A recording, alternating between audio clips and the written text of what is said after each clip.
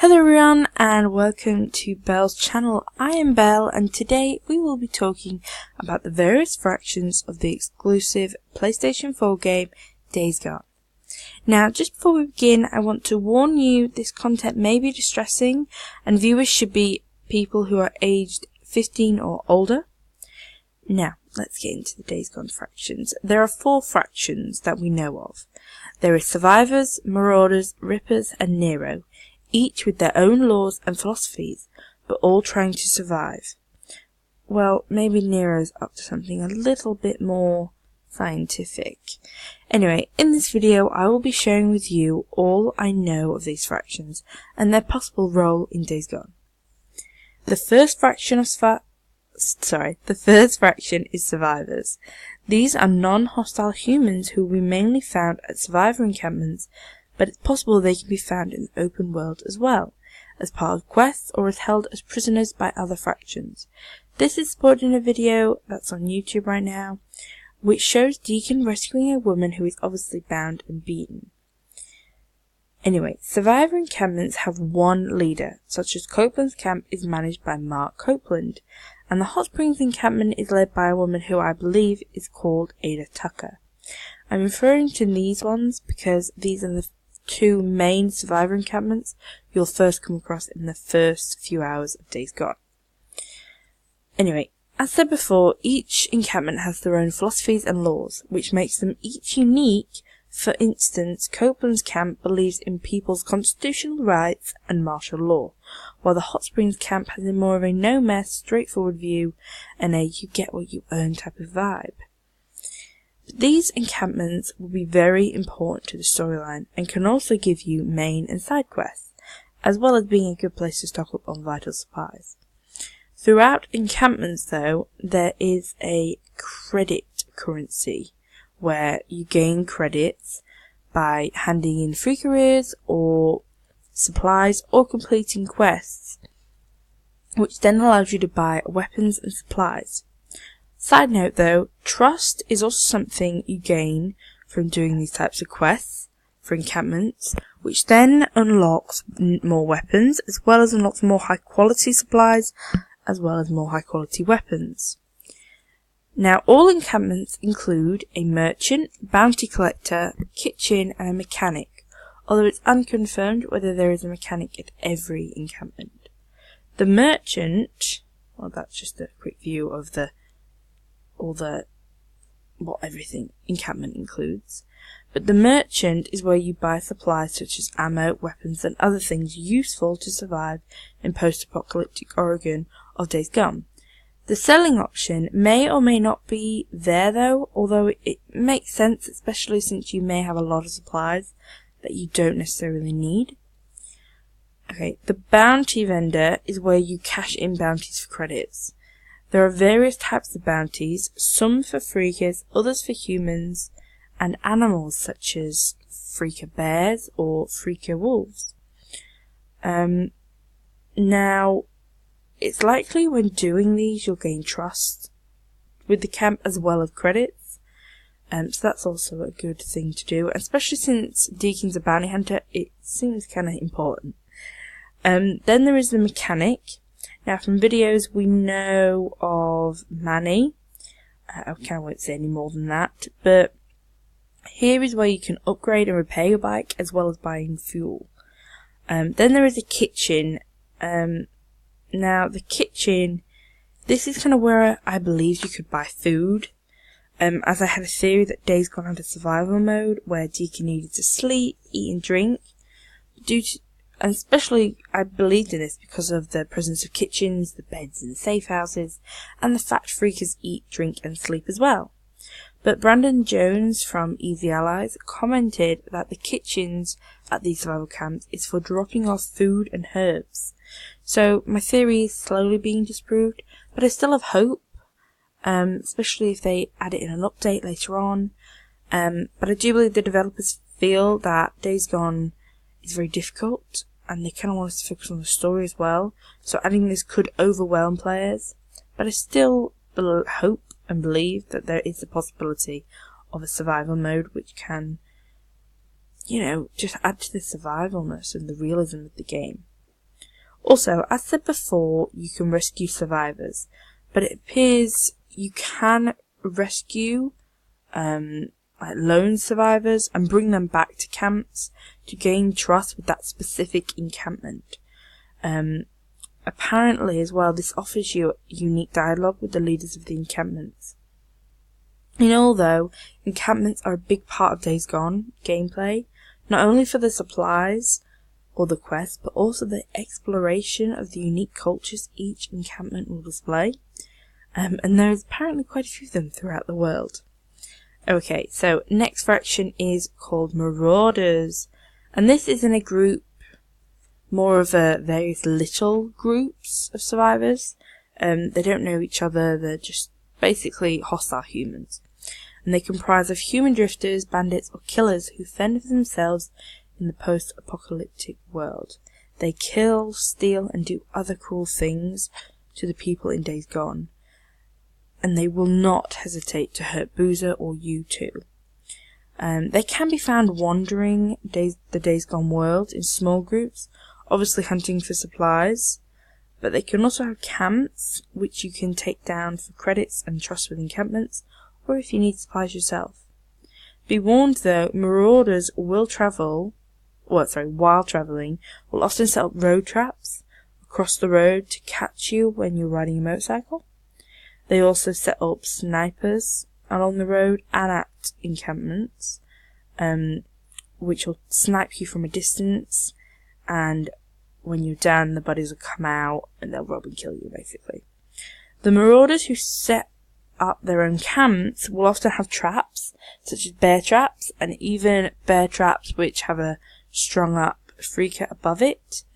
They can also have tin can tripwires, and they can even have chained freakers who warn Marauders when other people are near, as they'll obviously screech, and they as well can set up meat walls, which is strung up freakers who provide a snack for wandering freakers as a kind of first line of defense against them.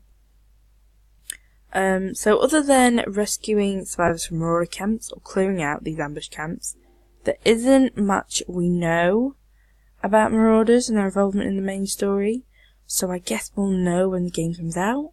But if we do get more information, then I will be providing you with that, so be sure to subscribe to my channel so that you are notified when I have uploaded new Days Gone videos. So the third faction is known as Rippers. Now this is a very sadistic and more classed as a cult type of group that calls themselves Rest in Peace. They are known also though as Rippers. As you can see, they have RIP scarred into their forehead and have mutilated their own bodies with ritualistic burns and scars. This cult worships the Freakers. They believe they are higher beings and wish to be that. Anyone else should become them. They can also sell camps like Marauders, but I think they do a lot more sinister things there compared to the Marauders who do it to survive. It's unconfirmed whether they are a big part of the main story though, but they do appear early in the beginning, and they can be spotted throughout the world, as well as maybe a part of a few quests.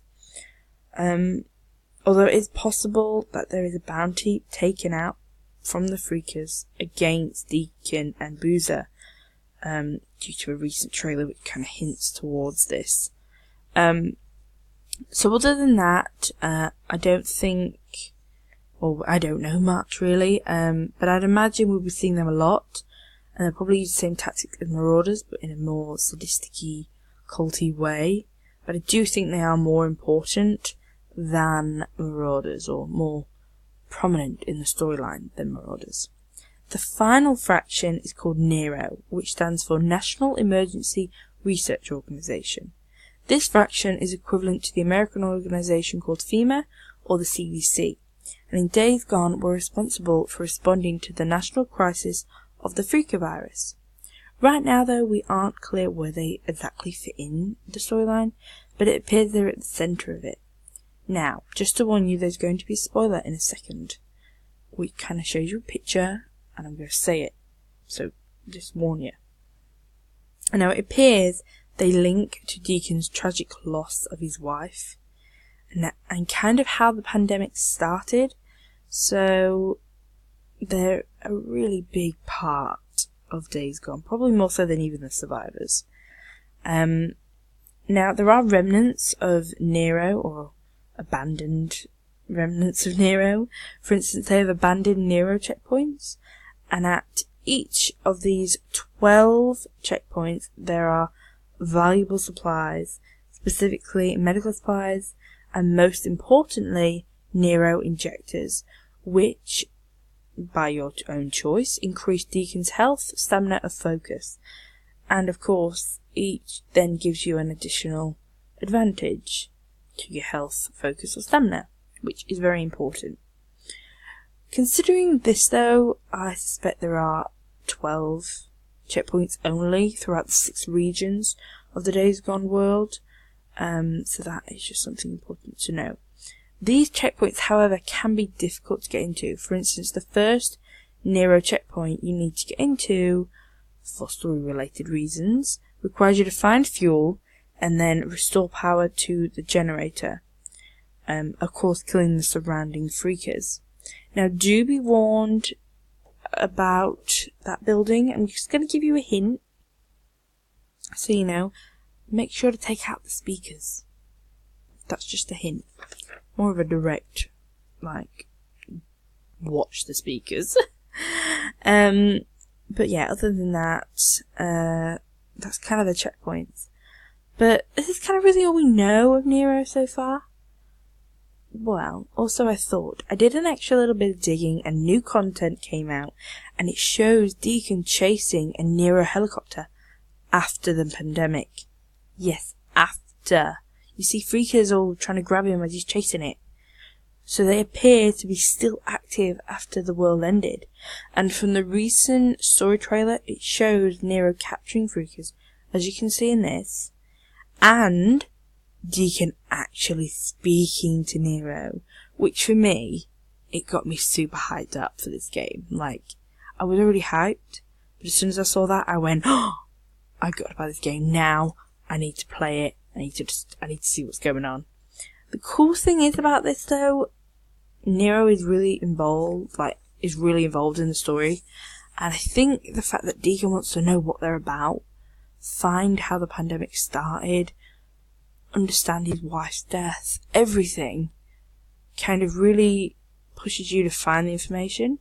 I mean, I want to find it, I want to find out what happened, but I think Deacon's character wanting to as well, kind of just makes it so like you're not just controlling someone, you're actually experiencing it with your character, if that makes sense. So yeah, that's all the fractions in the PlayStation 4 exclusive game Days Gone. I think all these fractions will really make Days Gone a truly enjoyable game, which might surprise a lot of people. But yeah, I think it's just going to be one of them epic games that is going to seriously, people are going to be like, I wish I got this game sooner, I wish I was hyped.